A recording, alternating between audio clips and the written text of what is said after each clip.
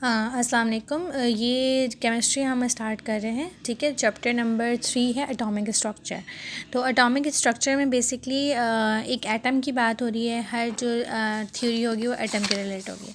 तो हमें पता है कि एटम क्या होता है। Atom is basically having centre nucleus. ठीक है, ये सेंटर में न्यूक्लियस होता है और उसके इर्द गिर्द जो है वो आउटर शेल्स मौजूद होते हैं और उन आउटर शेल्स में जो है वो इलेक्ट्रॉन्स रिवॉल्व कर रहे होते हैं। वो कितने इलेक्ट्रॉन्स होते हैं, क्या क्वांटिटी होती है, वो according to atomic number decide किया जाता है।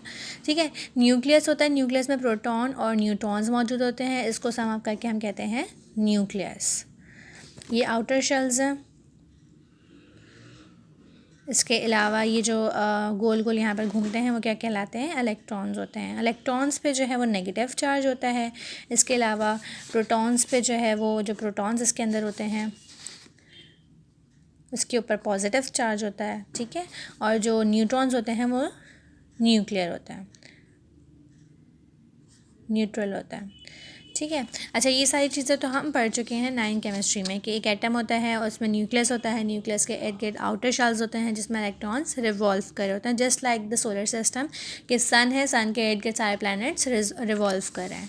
अच्छा, एटॉमिक स्ट्रक्चर यहाँ पर है। सबसे पहले है फैराडेज एक्सपेरिमेंट। एक फैराडे एक साइंटिस्ट है, ठीक है, उसने एक्सपेरिमेंट किया 1834 में। Faraday establish a relation between quantity of electric current passed and amount of element deposited electrodes during electricity. इसका मतलब क्या हुआ कि फैराडे ने पढ़ा रिलेशन किसके दरमियान, इलेक्ट्रिक करंट, यानी इलेक्ट्रिक करंट जो करंट पास हो रहा होता है किसी भी जगह से, और amount of element deposited electrode, यानी जो कि इलेक्ट्रॉन्स हैं, एलिमेंट्स हैं वो इलेक्ट्रोड्स पे जमा हो रहे हैं, उनके रिलेशन को पढ़ा है। अच्छा, कंस्ट्रक्शन उसने किया क्या कि 2 metal plates call electrodes are placed in electrolytic solution. यानी फॉर एग्जांपल एक बीकर है, ठीक है, इसमें हमने भर दिया इलेक्ट्रोलिटिक सॉल्यूशन।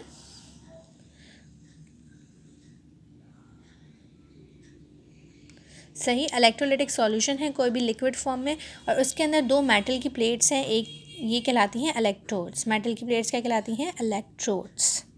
ठीक है, इसमें एक होती है कैथोड और एक होती है एनोड। तो उसने किया क्या कि उसने जो है इनमें से इलेक्ट्रिसिटी पास करवाई।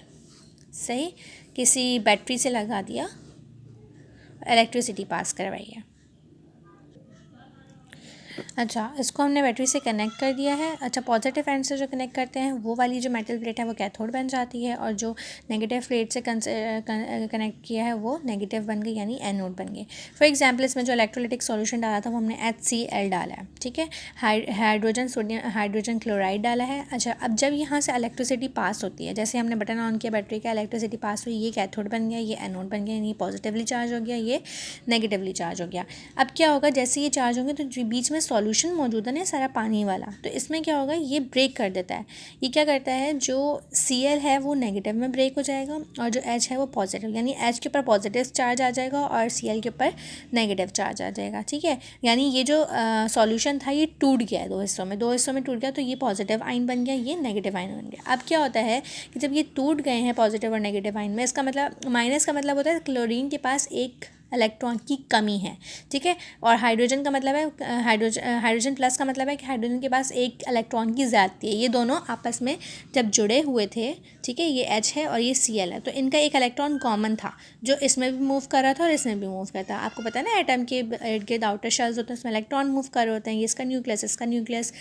तो ये जो जब टूटे ना, तो ये जो क्लोरीन है ना, ये इसने जो ना ये वाला हाइड्रोजन को दे दिया कि भाई तुम रख लो और मैं जो है ना नेगेटिव चार्ज के साथ घूम लूँगा, तुम अपना ज़्यादा कर लो। ठीक है, तो हाइड्रोजन ने ना ये वाला इलेक्ट्रॉन ले लिया, तो इसके पास एक इलेक्ट्रॉन की ज़्यादती हो गई, और क्लोरीन ने इसको उधार दे दिया, तो इसके पास नेगेटिव हो गया। ठीक है, अच्छा, अब होता ये है कि जो H प्लस है ना वो पॉजिटिव है, तो वो भागता है नेगेटिव कैथोड की तरफ, नेगेटिव इलेक्ट्रोड की तरफ, और जो क्लोरीन है वो नेगेटिव है तो वो भागता है पॉजिटिव की तरफ। जैसे ही अपोजिटली चार्ज प्लेट्स पे भागते हैं, तो यहाँ से जो है यहाँ पर पॉजिटिव मतलब कैथोड के पास बहुत सारे इलेक्ट्रॉन्स हैं, पॉजिटिव मतलब होता है इलेक्ट्रॉन की ज़्यादती, तो ये यहाँ से एक इलेक्ट्रॉन ले लेता है क्लोरीन।